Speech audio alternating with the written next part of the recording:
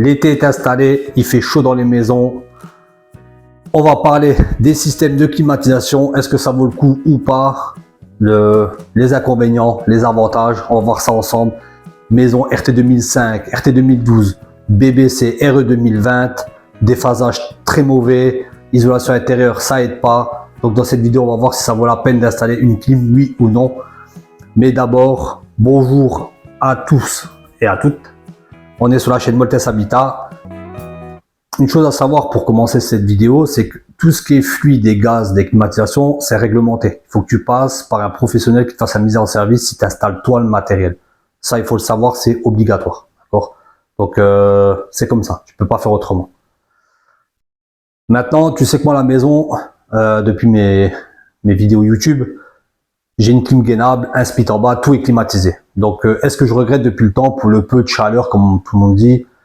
Non, moi je regrette absolument pas. Franchement, c'est super. C'est un confort, c'est génial. Franchement, c'est génial. Tu vois, franchement, ça, il n'y a pas à dire. Donc, c'est du boulot, mais super. Donc, non, je regrette pas d'avoir mis mes clims. Et est-ce que ça coûte cher à faire tourner? Avec les pompes à chaleur maintenant, non, ça coûte vraiment rien à faire tourner. Ça consomme que dalle. Donc, il faut arrêter. On va casser un peu les codes de dire la clim, ça coûte cher. Non, c'est faux, c'est pas vrai. Ça coûte pas beaucoup plus cher.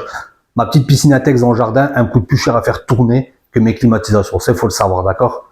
Donc, pour parler des clims, généralement, tu as deux systèmes qui se font beaucoup. C'est clim multisplit, donc plusieurs unités, regarde, et clim gainable, avec donc tout le système de gain, avec une unité principale, et tu répartis dans toutes les pièces, d'accord? Alors, on va parler déjà du multisplit. Le multisplit, c'est bien, ça s'installe super vite. Le problème, c'est les liaisons frigo à tirer. Tu as plusieurs liaisons frigo et tu as vite fait de les foirer. Donc, c'est compliqué à tirer. En rénovation, généralement, les mecs qui passent par l'extérieur avec des goulottes, donc tu te retrouves avec plein de goulottes autour de la maison, parce que les passés à l'intérieur de la maison, tu peux pas faire les cintres comme tu veux, tu peux pas les cintrer exactement parfait, passer dans une cloison, tu as vite fait de les plier, de les pincer, donc ils sont foutus. Donc, en rénovation, c'est pour ça que les mecs ils passent toujours par l'extérieur. En intérieur, c'est beaucoup plus compliqué. En rénovation, si c'est en construction, ça va. Là, ça va, il n'y a pas de problème. Tu as le champ libre, tu peux passer, tu t'adaptes après avec les cloisons, ça va super bien. Donc, c'est quelque chose à savoir. C'est que tu te retrouves avec plusieurs unités dans chaque pièce pour faire ton froid. Et quand tu installes tes climatisations, tu as des évacuations de condensat. D'accord?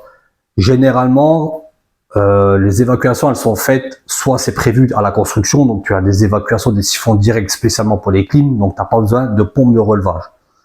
Il te faut des pompes de relevage. Le problème, c'est que ces pompes, beaucoup de personnes ne savent pas, il faut les entretenir, et dès le départ, il faut prendre du bon matériel si tu veux pas être emmerdé. Parce que si la pompe ne fonctionne pas, ça déborde, ça coule sur les murs. C'est un peu la bête noire du multisplit en pompe de relevage. Parce qu'il faut du bon matos dès le départ si tu veux pas que ça merde, et il faut entretenir pour pas que la poussière se colmate la pompe et qu'elle se bouche. Sinon, ça fonctionne très bien. Si c'est entretenu, si c'est du bon matos, ça fonctionne très bien. D'accord? L'inconvénient de ce système-là, et c'est pour ça que moi j'ai pas mis du multisplit à l'étage de ma maison, que je suis parti sur un système gainable, c'est comme je te dis, les liaisons frigo. Je voulais pas avoir des goulottes à l'intérieur de la maison est neuve, et surtout je voulais pas avoir ces fameuses pompes. Et je me voyais pas tirer toutes les liaisons frigo partout. Franchement, ça aurait été une catastrophe. Je le sais dès le départ. Maintenant, si tu as une maison récente à toit plein, tu as chaud, tu n'auras pas le choix de passer par du multisplit. Avec des goulottes extérieures, peut-être intérieures si tu arrives à te débrouiller à faire quelque chose. Mais gainable, c'est pas possible si tu l'as pas fait à la construction. Sinon, tu dois exploser tous les plafonds pour intégrer l'unité, les gaines et tout. Donc, ça serait beaucoup trop cher. Donc, en toit plat, même maison récente, RE 2020, BBC, tout ça, t'as pas le choix, t'es condamné. C'est multisplit, c'est comme ça. Avec pompe de relevage partout, vu que t'as pas d'évacuation comme ça, en rénovation. Si t'es en construction, il faut que tu le prévois direct dès le départ, gainable. Voilà. Et au début, mon idée, c'était de mettre une seule unité en haut de la maison. Je voulais la mettre là, regarde. L'idée, c'est de la mettre au-dessus de la porte là, et de souffler tout l'étage et laisser les portes ouvertes des chambres pour refroidir les chambres. Et si j'avais fait ça, je me serais planté totalement parce que le froid, il descend. Le froid, il monte pas, le froid, il descend. J'aurais rien refroidit de mes chambres. Surtout si après tu dois dormir avec les portes ouvertes, c'est pas le top. Donc j'ai vite oublié cette histoire. Donc c'était là que je voulais passer sur un système multi-speed. Et que je me suis dit, au final non, c'est beaucoup trop de travail. C'est quoi l'avantage de la multi-speed? C'est un groupe extérieur, plusieurs unités. Tu mets tes unités, tu tires tes liaisons, tu tires tous tes câbles, tout ce qu'il faut, évacuation de condensat, pompe de relevage. Donc une fois que tu as tiré tes liaisons et tout ça, l'installation de la multi-speed, donc de chaque unité à l'intérieur de chaque pièce, ça va vite. Le châssis qui va retenir l'unité, et ensuite bah, tu mets tes arrivées derrière, tu mets ta pompe, voilà. Une fois que tu as tout préparé, le mec il vient de faire la mise en service, il te fait l'édusionnage, il te met sous vide, il te fait tout le bazar, tu fermes, ça marche, voilà. Tu as une télécommande dans chaque pièce, c'est fini, fin de l'histoire. Ça va vite à faire. C'est pour ça que les installateurs, ils aiment bien les multi-speed. Surtout quand ils passent par dehors, ça va ultra vite à faire. L'inconvénient, c'est moi je trouve, ça fait du bruit. Dans une chambre, même en mode silencieux, ça fait toujours un peu de bruit.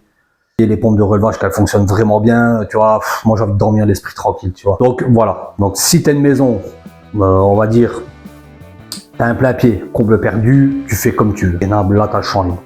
Toi plat, tu es condamné, comme je t'ai dit, multi-speed. Si tu as une maison R+1, là, c'est à toi de choisir. Donc le système gainable, tu tires une liaison frigo, ton évacuation de condensat, tu trouves où tu vas l'évacuer, et ton alimentation entre l'unité et le groupe extérieur. Voilà, et tu mets tout avec des gaines, en souple ou en galva, c'est toi que tu choisis, ça en fonction de tes moyens, hein. Et tu répartis dans chaque pièce, tu vois, comme là derrière, tu vois, là j'ai une bouche de soufflage pour la climatisation, donc chaud-froid. Donc moi, à l'étage, je m'en sers beaucoup plus pour le froid, parce que maison BBC, voilà, hein, laine de verre, je ne m'étais pas renseigné avant, je me suis fait avoir, donc voilà, c'est comme ça. C'est pour ça, ça me revenait moins cher de réinstaller tout le système de clim que de virer l'isolant, renforcer le toit, etc., etc. Donc, le gainable, ce qui est bien, c'est que bah, tu mets tes bouches après où tu veux en fonction du nombre de bouches de soufflage que tu as sur le plénum de la clim que tu vas prendre. Si tu as 3 chambres, bah, tu en auras 3. Si tu veux 4 chambres, tu en auras 4. Tu peux mettre encore un culot pour en avoir dédoubler les pièces, en dépendant de la puissance. Ça, c'est très intéressant. Même au niveau du bruit, comparé à des speeds, franchement, ça n'a rien à voir. C'est le silence. Tu n'entends absolument rien. Alors, en R+1, sur une maison à étage, je te parle pas de 3 étages parce que là aussi, c'est compliqué en gainable. Donc, autant passer sur du multi-speed. Sur un R+1, ce qui embête parfois les gens, c'est de se dire comment je fais pour climatiser le bas et le haut. Tu vois, comment on fait? Je mets multi, machin. C'est pour ça que la plupart des installateurs disent, mets une multi, tu mets une en bas, tu mets le reste en haut dans les chambres. Voilà. Moi, je vais te dire une chose, c'est qu'on oublie de dire à chaque fois que le froid il descend. Et ça, moi, je le savais pas. Et il descend vraiment beaucoup, j'ai envie de te dire. C'est-à-dire quand moi j'allume ma gainable à l'étage, j'ai une bouche en haut, 2 bouches en haut sur le vide sur entrée, regarde. Donc tu vois, si tu as une cage d'escalier ouverte sans porte, et que tu mets ta gainable à l'étage, donc une bouche dans chaque chambre, et tu mets une bouche dans ton couloir en haut, le froid il va descendre et il va te refroidir la pièce en bas. Parce que généralement au rez-de-chaussée, c'est pas là où tu as le plus chaud, c'est à l'étage. En comble perdu, t'as pas assez de déphasage. Et en fait, tu sens vraiment la brise fraîche descendre. Tu gagnes franchement pas mal de degrés au rez-de-chaussée. Moi, j'ai un split en bas, j'ai la gainable en haut. Là, ces derniers temps, il fait chaud, on a une trentaine de degrés et tout. En bas, j'ai toujours pas encore allumé la clim en bas. Je l'allume vraiment rarement en bas. Elle est beaucoup plus en chaud qu'en froid. Parce que maintenant que j'ai la gainable et que le froid il descend, ça me refroidit même le bas. Ça n'aurait pas été vital, j'ai envie de te dire. Si j'avais juste fait la gainable en bas, je sais même pas si je l'aurais mis. Franchement, je sais pas du tout. Donc tu vois, si maintenant tu mets un système multi-split ou quoi, et que tu as un petit couloir, et que tu veux pas essayer, ou tu n'as pas de place en bas, essaye d'avoir, et que tu as une cage d'escalier ouverte, pas fermée avec une porte ou quoi, qui communique avec le rez-de-chaussée, mets une bouche pour la gainable, ou un split dans ton couloir qui va cracher l'air, ou tu laisses ouvert toutes les portes, le froid il va chercher à descendre. Donc ce qui fait que en bas, tu n'auras même pas besoin de clim, quoi, tu vois. C'est franchement, c'est hallucinant, c'est vraiment pas mal. Donc tu vois, si maintenant tu réfléchis à climatiser ta maison, une maison récente, moi je te conseille, pars sur une gainable et tu mets une bouche en haut de ta cage d'escalier et le froid il va descendre naturellement en bas et ça va te refroidir le bas. Donc t'évites d'acheter 2 systèmes de clim ou de t'embêter encore à mettre une bouche en bas, tirer un tuyau de 160 au rez-de-chaussée, t'as même pas besoin de t'embêter. Franchement, c'est vraiment génial. Je trouve, franchement, c'est génial. C'est génial, oui et non, parce que si tu as une clim en bas, bah, du coup, le froid ne monte pas. Et ça te sert à rien. C'est le cas que j'ai eu. C'est pour ça que je te parle par expérience. J'ai d'abord mis mon split en bas et bah, je me suis fait arnaquer parce que en haut, j'avais toujours 29 degrés dans les chambres. Donc, j'ai dû installer, c'est là que j'ai installé la clim gainable. L'inconvénient, c'est gros. Faut la faire passer par la trappe. Si l'unité tombe en panne, bah, t'as plus de clim partout. Ça aussi, faut pas l'oublier. Et bah, les interventions, c'est plus compliqué, c'est gros. Et voilà. Et le jour où elle tombe en panne, bah, va la dépanner en haut. J'ai même pas envie d'y penser. Si maintenant c'est du comble aménagé, t'as pas de place, c'est pas étudié dès le départ, multi-split goulotte, j'ai envie de te dire pas le choix. Mais oui, même pour le peu de chaleur qu'on a ici, nous en Lorraine, ça vaut le coup pour moi, ça vaut le coup, c'est indéniable. Le confort dans une maison, en plus neuve, c'est le confort intérieur. Pour moi, ouais, climatisation, je referai pas marche arrière. Je resterai toujours sur mon système de clim.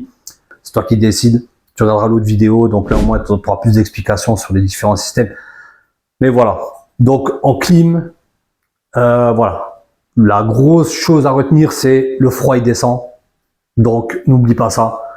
Pourquoi tu vois beaucoup de goulottes sur les maisons. Maintenant tu comprends pourquoi multi-split, c'est beaucoup ça. T'as pas le choix. C'est passer par l'intérieur, c'est compliqué, les murs, etc. Système gainable, voilà, c'est très très bien. Ça fait pas de bruit. Tu limites le risque de fuite d'eau parce que t'as pas les pompes.